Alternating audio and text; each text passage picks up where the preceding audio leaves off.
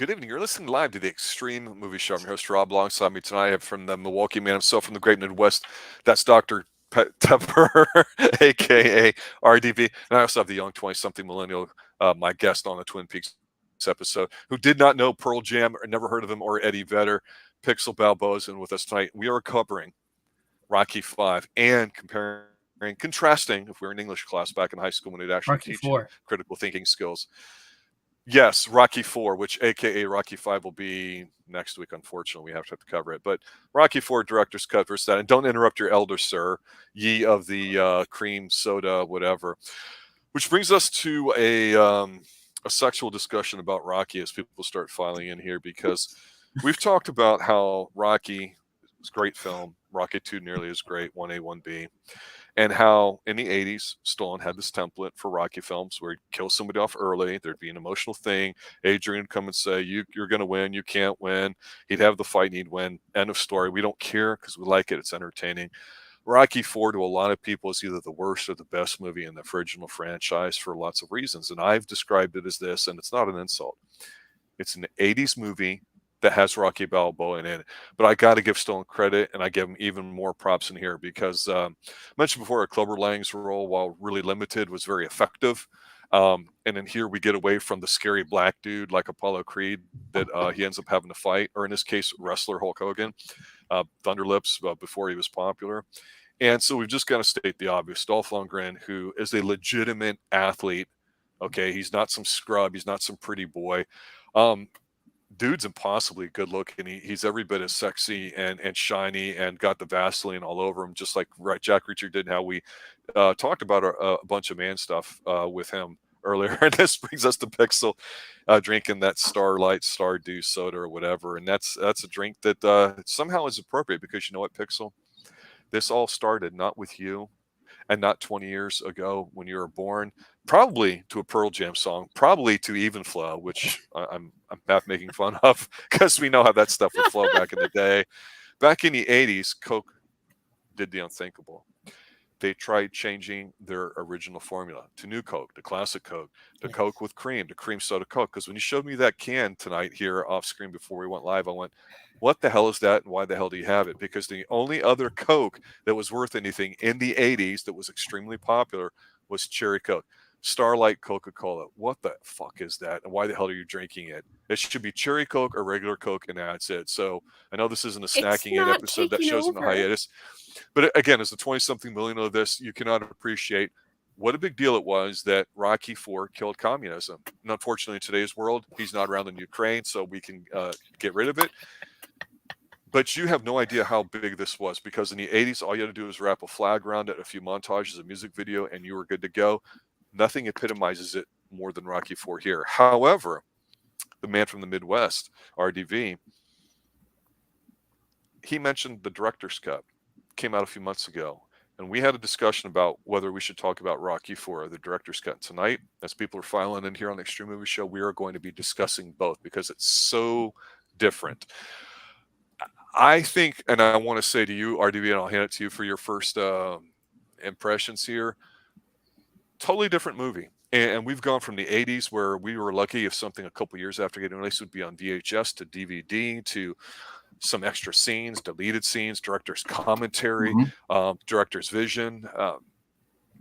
It's one of those situations where, okay, you could have Universal Soldier and have 3 or 4 films that maybe JCVD would be in or not, or maybe he'd start in a reboot.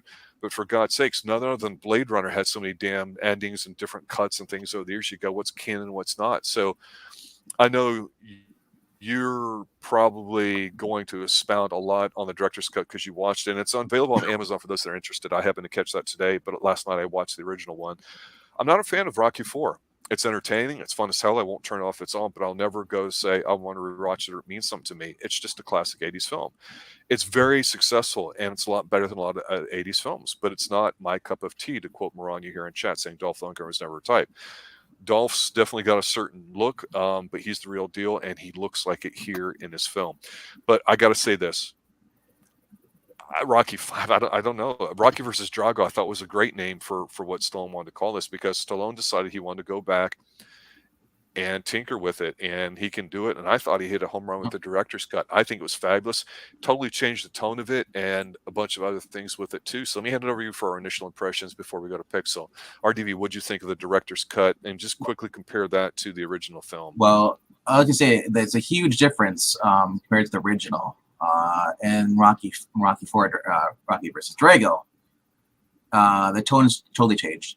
Beginning, it starts off with Rocky III, where he's at where he, this is after Mick dies. He, basically goes to where you have Rocky on his motorcycle, drives up to the statue, throws his helmet out there, goes to the arena, or the boxing arena where he first met Mitch and all that stuff, or Mickey, and I'm watching too much Hasselhoff, sorry, but while he's there, he gets approached by Paul Creed. Paul Creed basically agrees to train him and stuff, and then goes immediately into the fight with Clubber Lang, and it basically ends with him winning, and he gets Sweetest Victory song. This leads to the pool scene in the movie, where he comes over. Creed comes over to his, to Rocky's mansion, sweet little mansion. He's got a pad that he's got going on there. And they talk, and stuff. And he says he wants to do this. He wants to get this guy. Here's what this guy Drago. He wants to fight him. It really feels like, I think it was the second movie where it never felt like there was an ending. You're just right into the action again, and that's what I liked about the recut of this. I mean, I love the original version, and I love the music. I love everything about it. You get those two working together. I mean, it sucks that that Creed died, but it fits the movie because it gives you a much more emotional thing, because this just happens. Yes. And in boxing, especially when they're not wearing like today boxing, they have to wear the headgear. At least the ones I was watching. I don't know if it's really amateur, but yeah, it's. Like I said, the tone is changed. They cut out the son. The son's in here for like just before he goes to leave. He has a little montage. You get the rubber tuppers. No way. How he's driving his car, his Lamborghini. Mm-hmm. Comes back, talks to his kid, and he's and then he immediately goes over to Russia and basically starts training, and then he fights. And then the end, they have clips like black and white Polaroid stuff. You have Eye of the Tiger playing at the end of the credits. Yeah. Yeah, it's only a couple minutes. It's the 94 minutes. The original is 91, but those extra 3 to 4 minutes, man, it just makes it feel much more smoother, much more cut. They let Drago talk more. Yes, in this, which really helped out his character, I think, more, flesh him out before him just being kind of quiet. So you kind of see what towards the end of the movie when the guy he's embarrassed, the Russian promoter guy. Is Drago really didn't. He's like, he wants to speak for himself, but that guy won't let him. So you see a different side of Drago in this movie. But yeah, I said this is one of the movies that I love Rocky for what it is. This is actually shorter than Rocky, the first movie, and then I believe Rocky 2 as well. Those were like almost 2 hours. This is only like what I said, like an hour and hour and 33 hour minutes. And a half. Yeah. So, but yeah, and plus it's so 80s, dude. I love the 80s stuff in here. References, everything from the kids' Blake, to like just everything. And the better thing about the Rocky IV director's cut, no more Paulie and his stupid robot. No more birthday party. Sorry, you mean Paulie. Paulie's love machine? Yeah, it cuts it out. It wasn't needed. So that I'll let you pick. So I'll let you talk over this movie, whether if you want to gush on hating it or gush on loving it. Or just talk about you creamed your pants over it. Well, considering we just lost Rob, I guess I will go ahead and go into. I saw the original. Vegman and the rewatch. He watched the director's cut. I watched the original. Rob watched both. We have a perfect middle ground. Yeah. I love that. Oh, he's back. Hello. Continue. I do really love this movie. There's a lot about it that I like Rocky 3. I forgot a whole lot as time passed, but in rewatching it, obviously the robot's stupid. I don't care. I do have a brother who absolutely loved the robot because when he was growing up, Rocky 3 came out and he saw it as a kid and he wanted that robot. He was like, that showed that Rocky really made it to the big time. But I didn't care about the robot. No, I love Dolph Lundgren in this movie because he's absolutely the presence that they wanted to go for. He's big, he's silent, and when he says, "If he dies, he dies," it hits hard. And the loss of Apollo hits me every time, and it's right after you have Living in America. Yeah.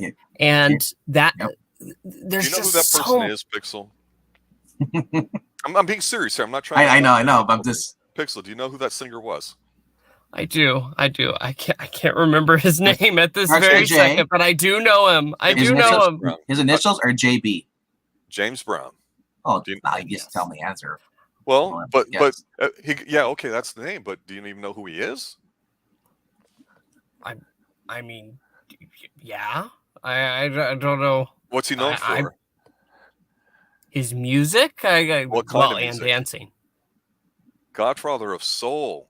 He was the first guy that would put on the jacket, and at the end of the song, he gets down on his knee, and they would have to, take it off because he was the hardest working man in music business or whatever. And he would come back, and he was known for his dancing as a preacher and all that. He was in the Blues Brothers RDV. This dude was not just anybody. Yeah. To have James Brown come in and do that, that's big. like having Eye of the Tiger played at your wedding or whatever if you're a big Right. fan or something. No, it was a huge deal. No, yeah. Oh, And okay. Yeah, they have him in this movie, and plus he's him singing for another Apollo Creed. Apollo Creed he's a showboat, and he's it's, and that's one of the I liked about this movie is that Creed he comes off as the aggressor in the director's cut. I can't remember if that's changed from the original, but in the original he was like kind of, I guess I would say, asking was he cocky and then was insulting them? Well, no, that's him. Yeah. In the original too. Yeah, let me explain it to the way I saw it. And Pixel, I'll hand it back to you because I did interrupt you. What I really liked about the director's cut and how it was different, Pixel, maybe you see it differently, is when I watched the original version, Rocky IV, last night. I'm watching it. I've always loved Apollo. I thought he's the best character out of all of them, including Rocky, to be honest. He's just the best fighter.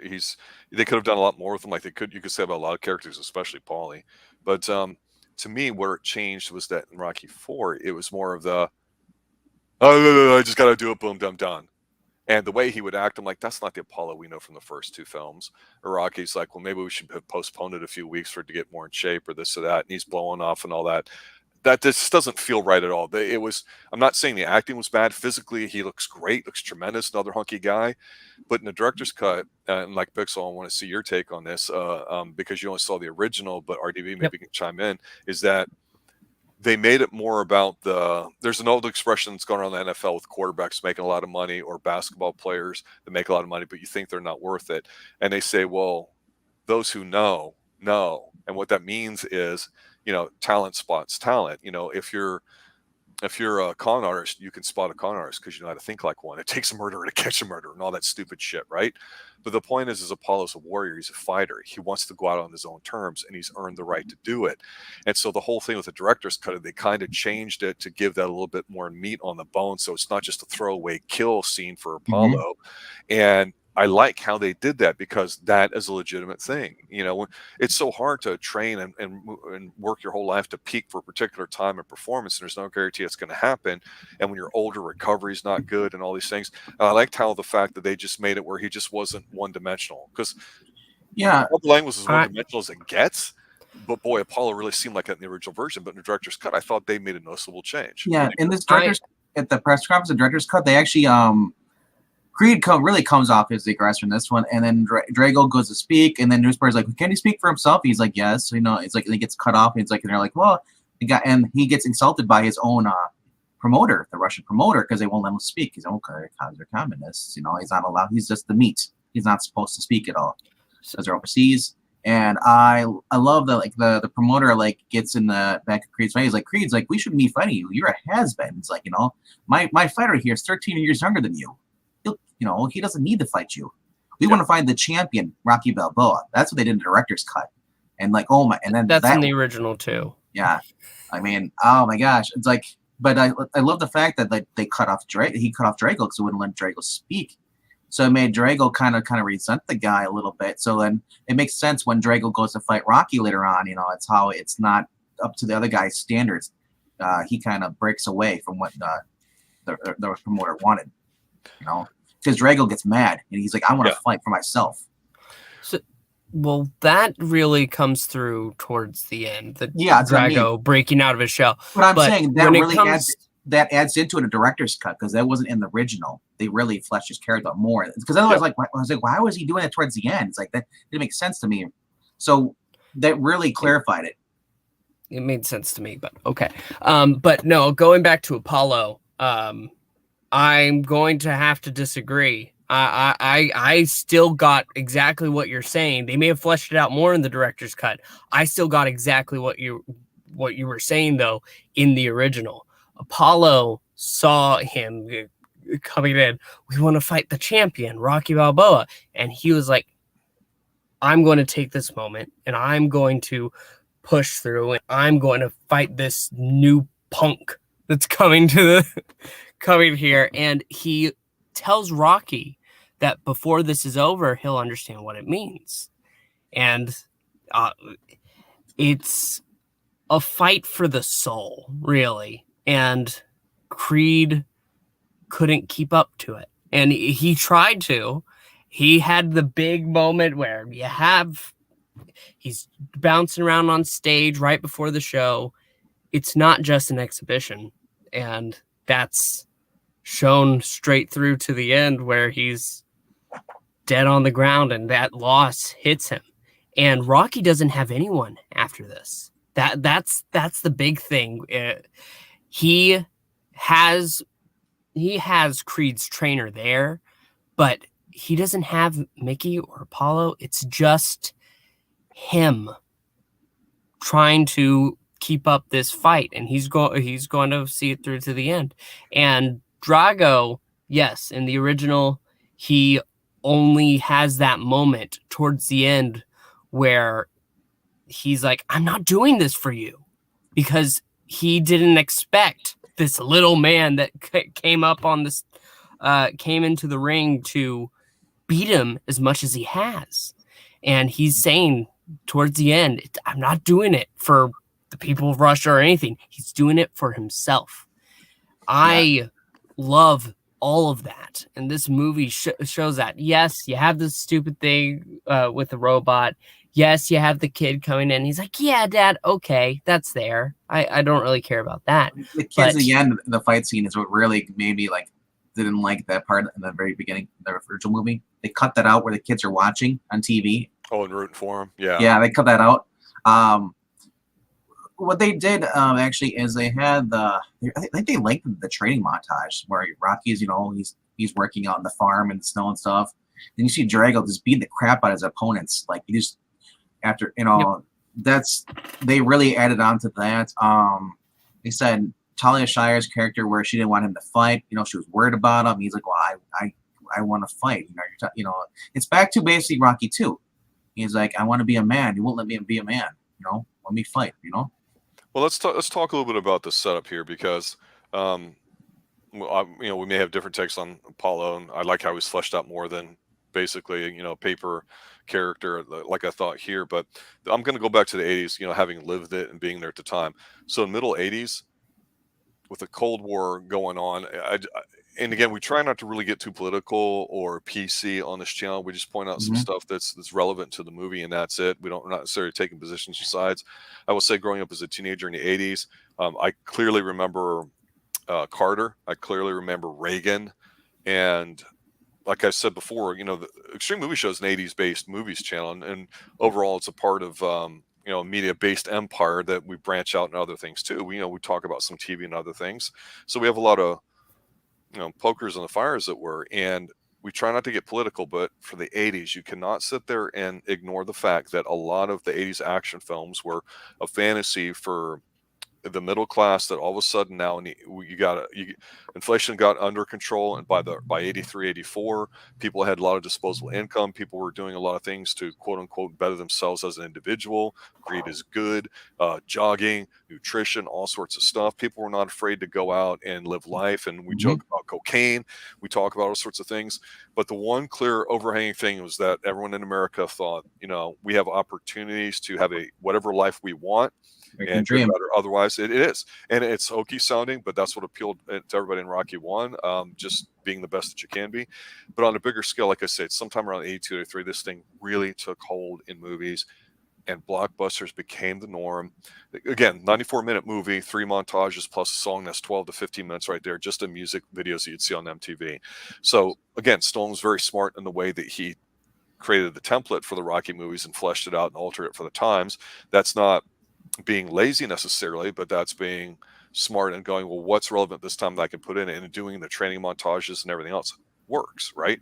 But having communism as the enemy in the first movie, it was a big deal because people did not like the Vietnam War. People did not like Korea War. There was a lot more anger and sentiment about the fact that when America would go overseas and fight in wars against communism, which is really what it is, not necessarily, who and where, nobody liked the fact that they felt like they weren't given an opportunity to win. And our most famous video here on Xtreme Movie Show is our review of the original Rambo movie, and how much that really touched a nerve. And with well over 100,000 views on it, I think that still resonates with people, not just because it's a good film, because it addresses a potential message there. Yeah, this movie, it was all American great, communism sucks, we're going to beat you. Oh, and to point out what you were saying there, RDV, the whole old school training montages, like the stuff he learned from Mick and doing it on his own, it's a great flip into the coin, but it also showed what was really big deal at the time. Golden age of bodybuilding was winding down here. Schwarzenegger came from bodybuilding, and others did, like in Conan and other films.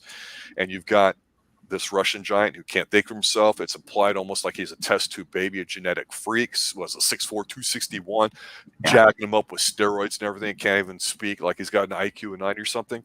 And the director's cut humanizes him. Now, whether you like that happening or not, or what, again, there were so many different things that Stallone did in this film. For the director's version of it, it does seem like a different film. So, Pix, I don't know if you have anything to say about that, but let's let RDV kind of comment on that with the director's cut, and then we'll switch over to you. Yeah, the director's cut does more humanize it, and focuses more on the actual story plot. Adrian is hardly a talking point in this. She gets like 3 minutes with him on the steps before he leaves and goes and does his little drive through his Lamborghini. Then she basically doesn't want to go, so then he talks to after driving the car, he comes back, talks to his kid, and explains what's going on. He's like, hey, you'll be fine. Take care of your mother. It's like, I'll be all right. You're strong and whatever. Gives a little pep speech, and then he leaves. The car shows up. They go to the plane. Him and Polly go and with Tony, and Polly freezes while he's freezing his ass off. The whole entire thing. You still get the comedy with Polly. It's just that you don't get the super robot. Yeah. But if you like the robot, guess what? There's 2 cuts of this movie. One for you and one for me.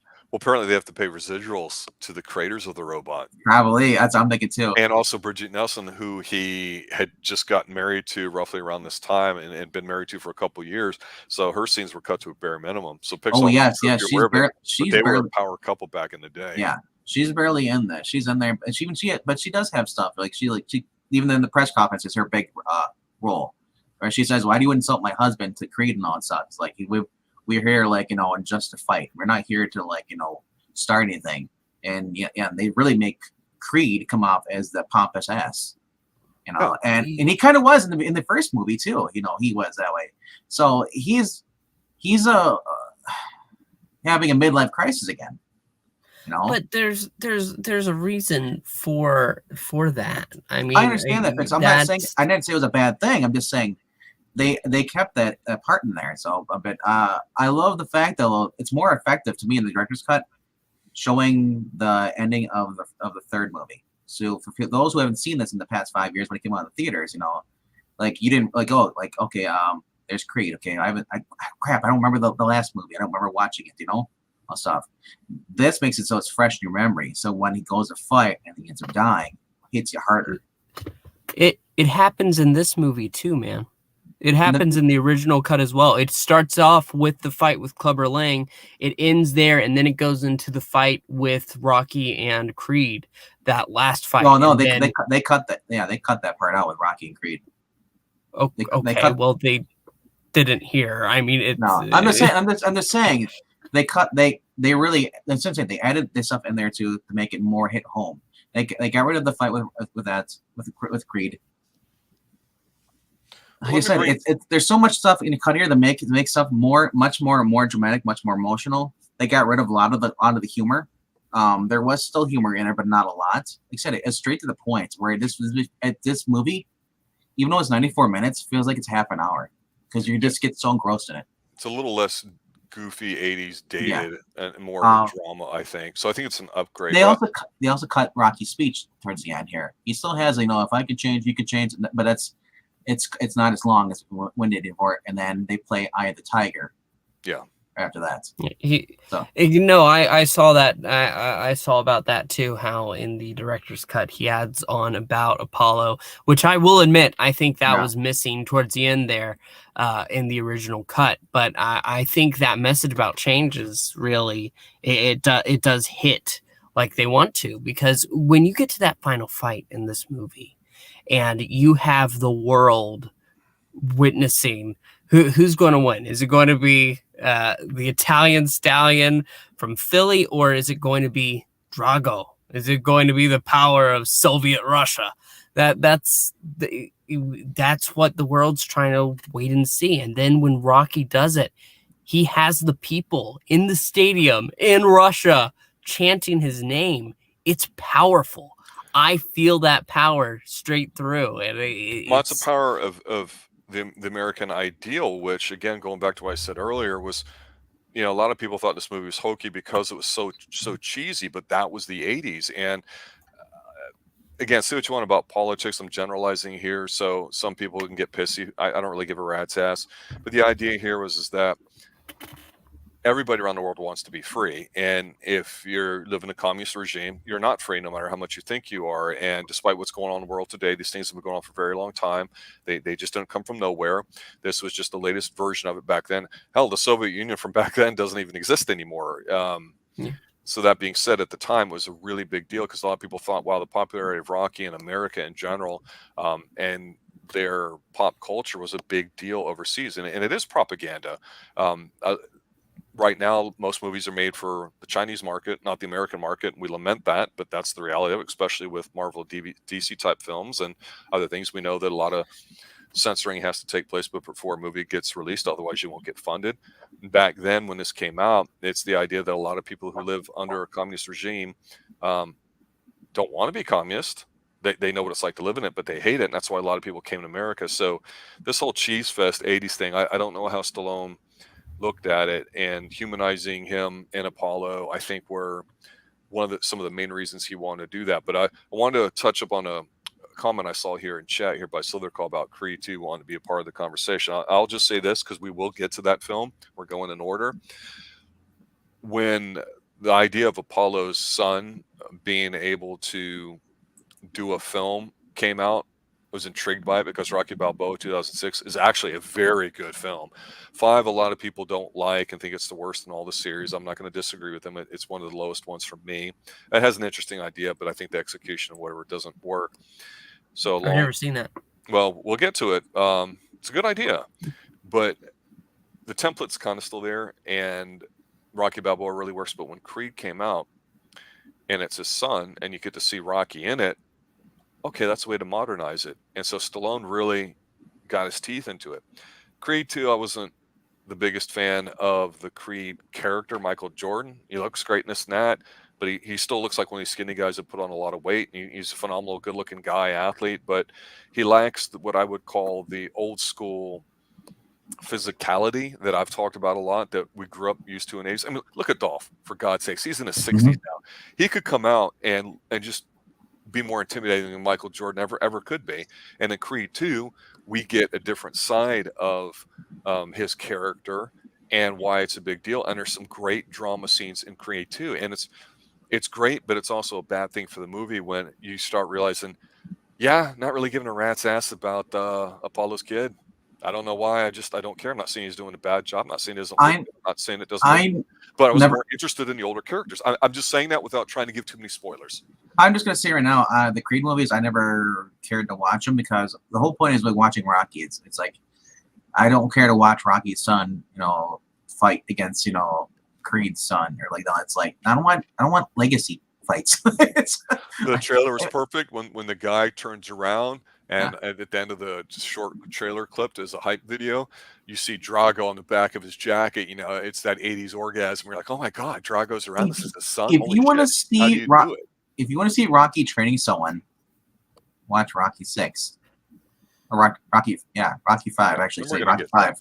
Yeah, he trains it and then he has to fight against the kid and he beats the crap out and wins. So watch Rocky 5 if you wanted that. No, there's definitely some interesting changes, but the issue again, going back to the beginning with the director's cut, is it noticeable enough where it really feels like a different movie? And I say yes, and I will simply say that I think it's for the better. All right, let's go on for some final thoughts here or whatever like that. RDV, let's go with you since you've seen both, and you're obviously a real passionate Rocky fan too, like myself, and I know Pixel is as well. But it'd be interesting to see if you've got anything to say. Pixel will. I gotta say the ending feels. I can't remember the original ending showed. It just went to the black screen credits of the original of the Pixel. Did the original end with just credits, or did they actually show pictures and stuff, or was it just the black screen? After the end came up, after it was done, I turned it off. I don't sit through credits. Oh my gosh! Well, Rob. I'll just say what Pixel said, but here's the thing. The fact that you don't know means that there's something significant in the director's cut. What comes to mind? Director's cut, actually, I said they replaced Hearts on Fire, which I feel is still a good song for the end when he wins. But with Eye of the Tiger, which hits whole much differently. You actually, that just amps you up. And as you're watching the end, it's showing the black and white stills of him versus Creed, him versus versus Drago and stuff. Just photos from the productions, that were left on there, So they throw the production stills in there. You get to see stuff with Mickey. It's just much more emotional, to me. And I guess say for being a director's cut, it's only available on streaming. I really wish this was on DVD. I'd go and buy it, even Blu-ray. It's just that's my only complaint about this director's cut is the fact you can only own it through streaming.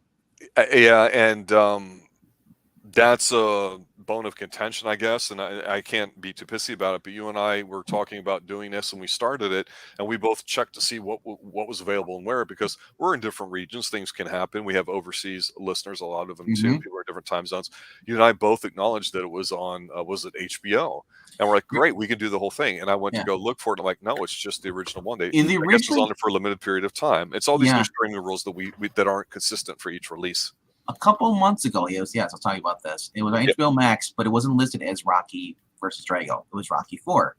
So you saw that, so you didn't really know what it was until you actually looked at the minutes.